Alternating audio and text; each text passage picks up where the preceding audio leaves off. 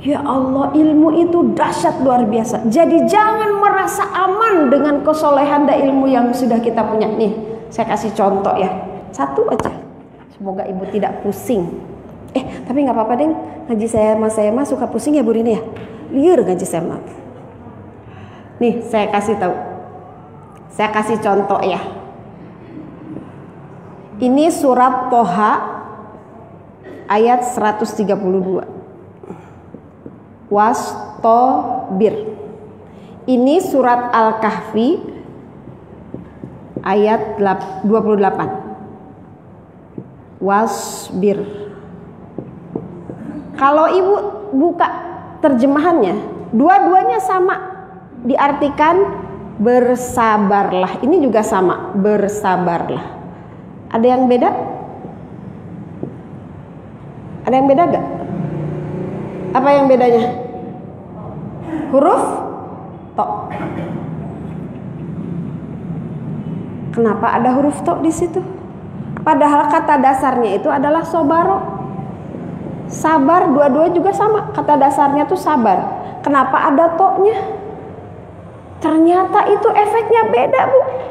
Kalau wasbir, ini ayatnya wasbir nafsaka ma'alladzina yad'una rabbakum dan seterusnya. Bersabarlah kamu ketika bersama dengan orang-orang baik yang menyebut nama Allah dari pagi hingga petang. Jadi rupanya gaul dengan orang soleh juga harus sabar, Bu. Dah kadang-kadang orang soleh tapi kasebeleun atuh. Kita lagi pengen ngegosip, ditegur sama dia. Kita pengen jalan-jalan, diajak ngaji. Pas ketemu sama kita orang mah nanyain apa, dia mah nanyain, gimana kabarnya, kok udah lama gak ikut pengajian. Nyebelin banget kan orang soleh teh. Ya Bu ya, ngajak ngaji gitu. Kalau ini wasbir, ya udah sabar, biasa aja sabar. Tapi yang ini wa'mur ahlaka bis shalah. Ajari, perintahkan anakmu untuk sholat, keluargamu untuk sholat. Wastabir alaiha, dan bersabarlah di dalam mengajarkannya. Kalau yang ini sabarnya be aja, ya sabar aja lah. Ya udah, kalau ada yang begitu ya udah disabarin aja. Kalau yang ini, kalau saya terjemahin, wastabir itu artinya bersabarlah sesabar-sabarnya, walaupun kamu nggak bisa sabar, kamu harus sabar-sabarin. Nah itu terjemahannya.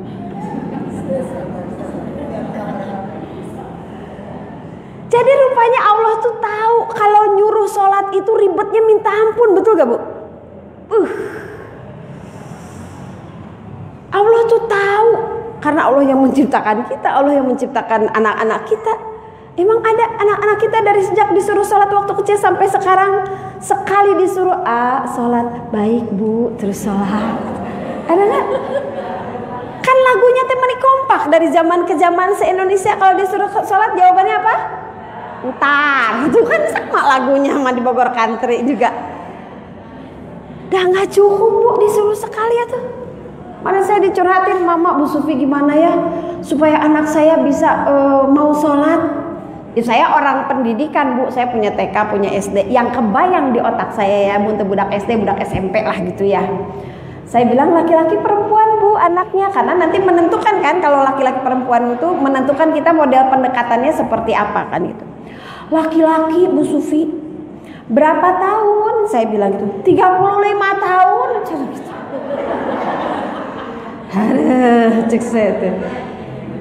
Kan kebayang Bu, itu 35 tahun masih diingetin harus sholat, kan luar biasa. Allah tahu ngajarin sholat itu nggak gampang, maka Allah nggak pakai kata wasbir.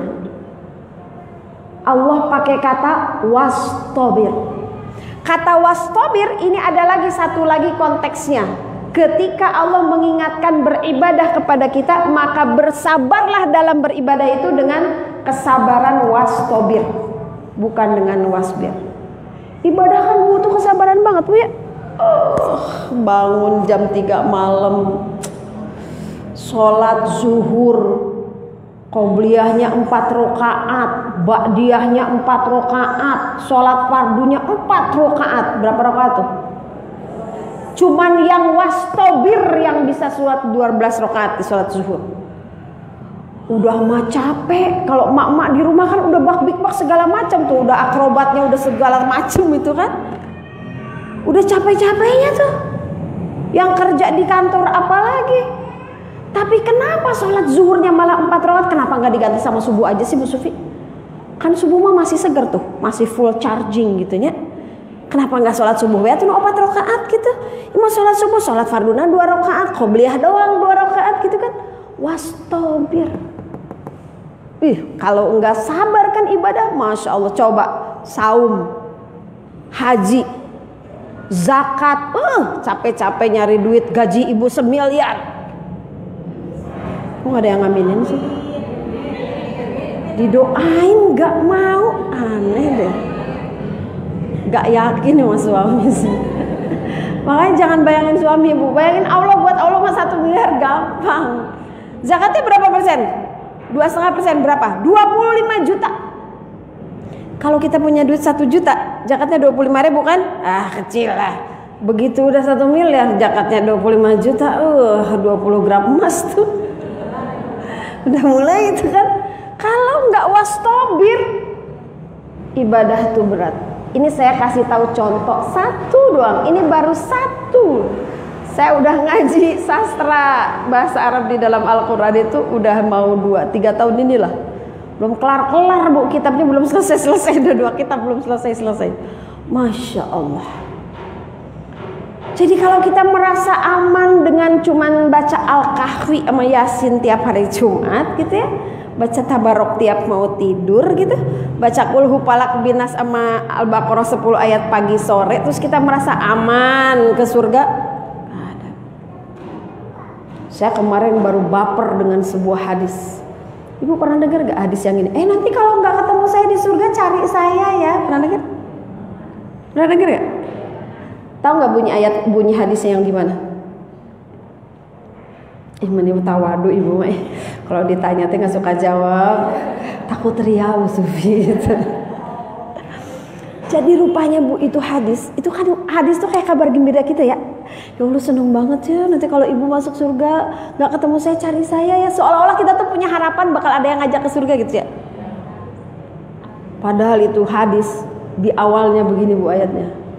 Hatta idza khalasal mu'minuna minan nar. Ya Allah. Hadisnya begini nih.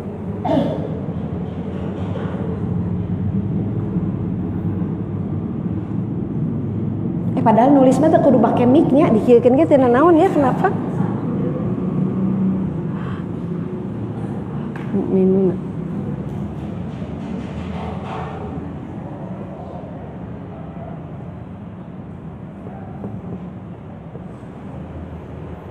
Terjemahannya apa? Hingga kemudian apabila telah selesai semua urusan orang beriman, minan nar, dari neraka. Artinya sampai kemudian apabila orang beriman yang banyak itu, karena di sininya mukminun bukan mukminun. Orang beriman yang banyak itu kemudian telah selesai urusannya di neraka. Ini awal hadisnya. Baru ke dalamnya tuh ada yang tadi ibu sebut. Artinya apa Bu? Orang beriman juga bisa masuk neraka. Ya Allah, saya pas baca hadis ini langsung lemes. Kata Allah, ketika mereka selesai urusannya di neraka, lalu ada orang yang bersungguh-sungguh menanyakan kepada Allah, ya Allah, mana teman saya, mana saudara saya yang dulu sholat bareng sama saya, puasa bareng, haji bareng, taklim bareng. Kata Allah, cari dia. Mereka sedang dibakar di api neraka, ada yang sampai betis, ada yang sampai lutut, kata Allah. Itu kabar gembira Bu, cuman sampai betis ame lutut doang. Tapi jangan dikira itu gampang. Karena siksaan yang paling rendahnya udah ada kaplingnya buat siapa? Buat bukan Ali, Abu Thalib. Buat pamannya Rasulullah. Syafaat Rasulullah untuk pamannya cuma sampai situ, kata Allah, nggak bisa. dia tetap di neraka, tapi mendapat keringanan dari Allah, yaitu mendapatkan keringanan siksaan yang paling ringan. Apa itu? Dipakaikan terompah dari bara api yang membuat mendidih isi kepala. Jadi kalau ada orang masuk neraka, itu pasti siksaannya lebih dari itu. Jadi digambarkan orang beriman itu nanti di nerakanya dibakar sampai betis, ada yang sampai lutut, kata Allah. Ya Allah. Apalagi saya rada-rada ngerti lah sedikit apa artinya hatta, apa artinya kholaso. Hatta itu kayak gini, Bu. Kayak kita bikin kue, kalau saya bikin resep, ini ditambah ini dikocok, kemudian kan kalau kita mengatakan pertama, kita kan nggak pakai hatta, nggak pakai kata kemudian kan. Masa saya tiba-tiba, jadi ibu-ibu caranya ya kemudian campurkan, enggak kan?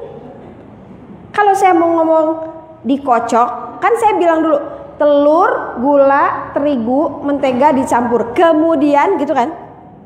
Berarti kalau kita menggunakan kata kemudian, itu artinya apa? Ada sesuatu yang dilakukan sebelumnya. Jadi ini sebetulnya kalau nggak pakai hatta nih, pakai idza doang. Apabila gitu, bener juga. Apabila orang-orang beriman itu sudah selesai urusannya di neraka, sama. Tapi untuk menegaskan bahwa di neraka itu sesuatu yang dilewati, panjang, berat, Allah gunakan kata hatta dan Allah gunakan kata kholaso. Kholaso itu ibarat kata kelar gitu, Bu, kalau bahasa Indonesia. Ngeri. Makanya iman kita tuh belum aman, Bu. Belum aman. Apalagi kan iman kita tuh belum diuji, betul gak? Apa ujian iman ibu yang paling berat?